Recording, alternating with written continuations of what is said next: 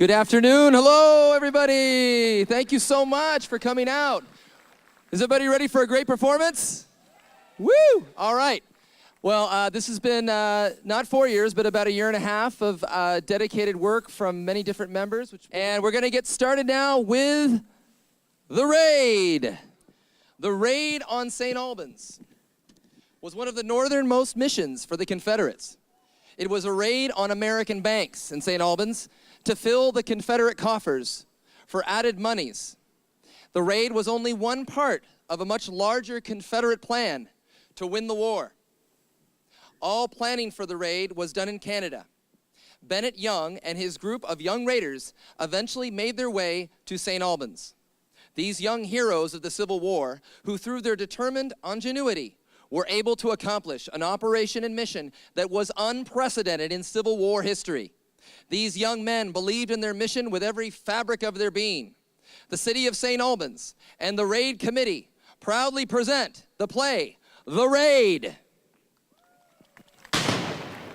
Bennett Young and his gang of soldiers would initially meet to create their historic plan in the Tremont House in St. Albans, October 1864. Good to see you around.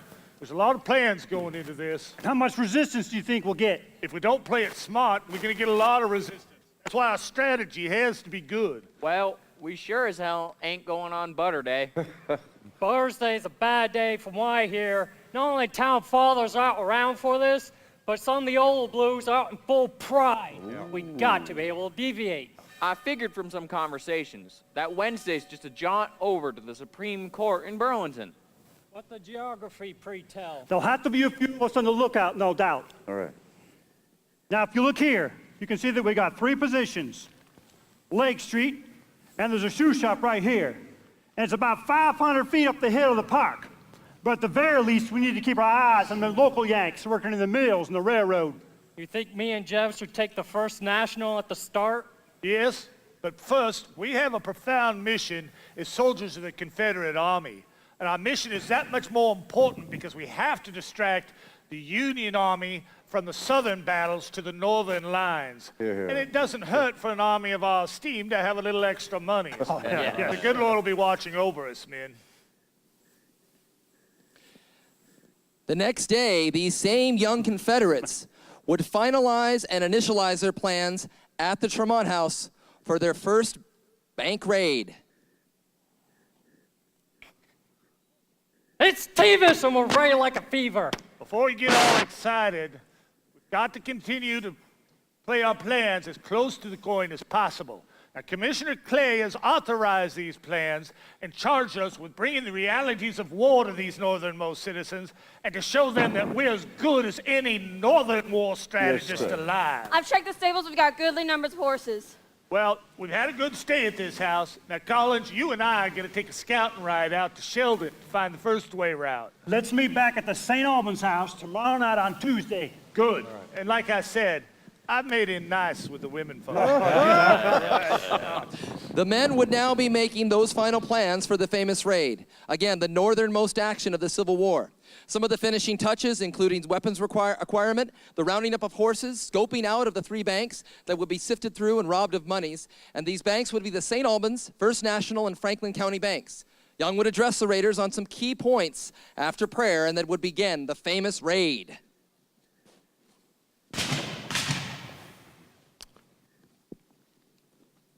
All men.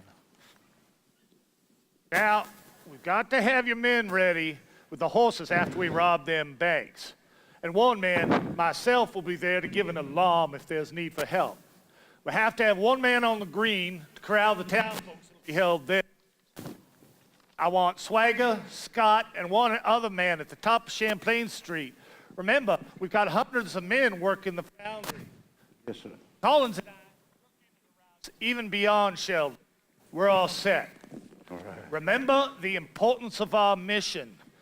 Our main objective is to bring the war to the north and get a little extra loot that is sorely needed at this time. We have to be relentless in the pursuit of our mission and our ideal. But remember, we're not animals. No. Treat the women and the children with fashioned respect. Yes, Yes, sir.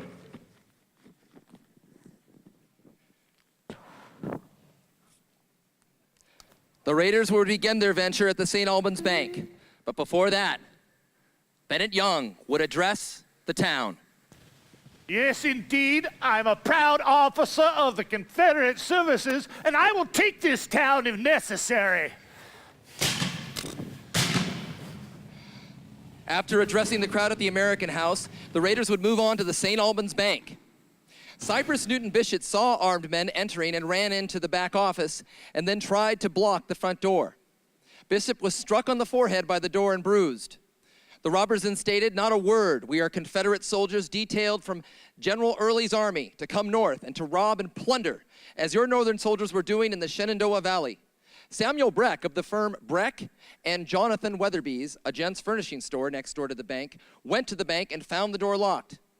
He came in and was protested by one of the raiders, saying, "I take deposits and I'll take that." Breck protested. Then begins the raid at the St. Albans Bank.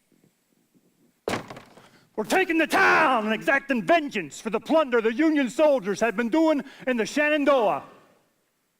I take deposits, No, and I'll take that. no, oh, no, that is private property earned by steel and heart. Please, That- no. That money is ours. There's no gold here, but if you're gonna steal something, at least we make an inventory of it. That way a claim on the government can be made. Wondered if I should put a hole through that woman's skull. Forget that loot. Please, sir, I request humbly to take an account. If this truly is an act of war, so I can make a claim on the government. Damn all this government! Where's your money? As long as you solemnly swear to uphold the Constitution of the Confederate States of America. Folks, it's been a pleasure doing business with you. Oh, no. And I thank you for your contribution. Now hold up your hands and don't sound the alarm until 2 hours after we leave town. The Raiders would then move on to the Franklin County Bank. Confederate agent George Sanders is credited with the idea of raids on towns in the North. He felt that the realities of war would be brought to the North as well as building the Confederates' war budget. It is also said that Young bribed one of the guards from prison previously to escape as a POW to eventually advance towards his own plans with the raids. And finally, it is said that Young was promoted by Secretary of War of the Confederate States of America, Seaton, to provisional first lieutenant, and gave him a document authorizing him to organize for special service a company not to exceed 20 in number for those who belong to the service and are beyond the Confederate States. There was even a myth that John Wilkes Booth was invited into the group. But again, this may just be hearsay. Begins the Franklin County Bank raid.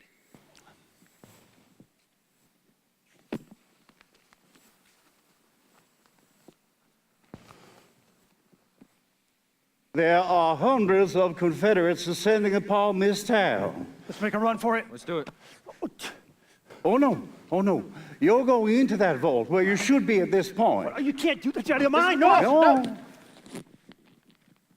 Is there a way out of here from the inside? Of course there is, but it's how we get past them Confederates. What in God's name are these Confederates all about up here? It doesn't matter why they're here, just how are we get out of here? I can't believe. Come on up, boy. What are you doing? Never mind. Here we go. No, just don't do that. No. Hold on. Young went by the alias Mr. Clyde when he resided in St. Albans and had become known as a thorough student of the Bible. He proclaimed himself as a theology student. In fact, he was almost asked by reports to speak at a local church by some of the ladies' townfolks.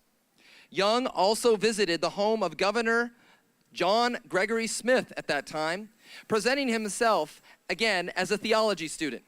The governor's wife said that Mr. Young was a nice-mannered man. The raiders were well-dressed and well-mannered, therefore staying out of the radar of suspecting townsfolks.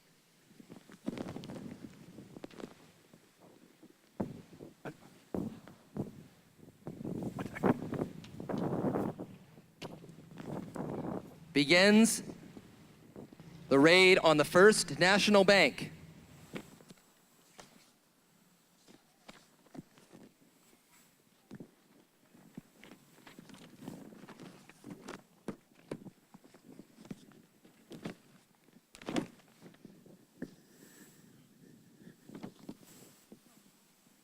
Not a sound. Not a sound. Not a sound. Now open up that cash drawer. What's all this commotion? What about the safe? We gotta get to it. We can't waste time. What's in them bags? That gentleman's rather rude. Cents. Yeah, you're right. It's only cents. Not worth taking any of these. I don't understand a word you're saying, young fella. I am going to shoot this old cuss. Women, children means older folk as well. Move your pistol away, soldier. Never seen such rudeness. What's all this commotion? Y'all back down now, you hear? I got a gun. The First National Bank of St. Albans was entered by Doty, Bruce, McGorty, and Wallace of the pack of raiders. Present was bank clerk Albert E. Soules and 82-year-old General John Nasing, who had been a militia soldier during the War of 1812 and in command of the Franklin County militia troops during the 1837-39 Canadian Rebellion. The raiders presented their pistols and announced, "You are my prisoners." Another added, "If you offer any resistance, I will shoot you dead."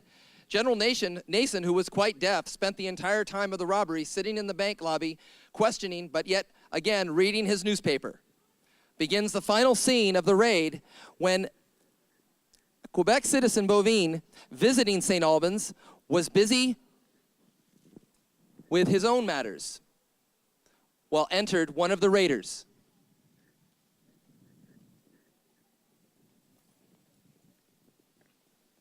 Qu'est-ce qui est arrivé? There are raiders upon us. We have to catch them. Are you a military man? As a matter of fact, yes. Take this man to the green.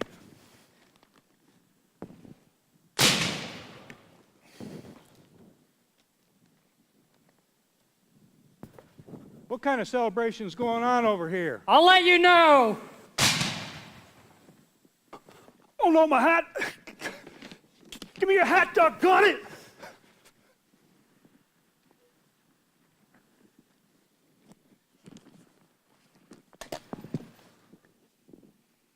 Them horses are being stolen from right in front of us. Well, I'll be damned. Get back here, I'll lay something at you. I'll learn something at you too. Get over here.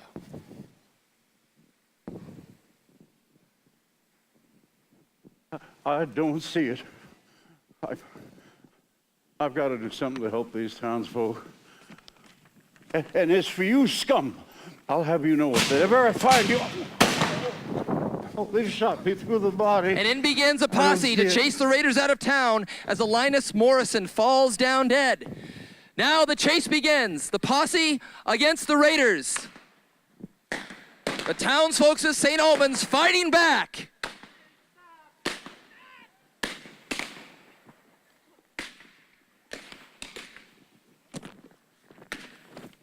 The raiders would be making their way up north, making their escape, stealing a little more than half a dozen horses while they were at it.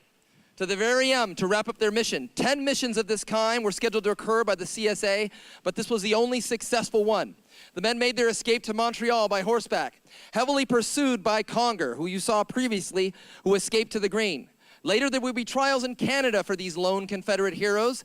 The biggest defense for the Confederates would be to prove that they were actually soldiers by the CSA on a designated mission, to the point of having an Episcopalian minister from Virginia from the South sign an affidavit stating, yes, these were indeed the real McCoy, honest to goodness Confederate soldiers, flesh and blood, who successfully launched one of the most significant events of the North in Civil War history.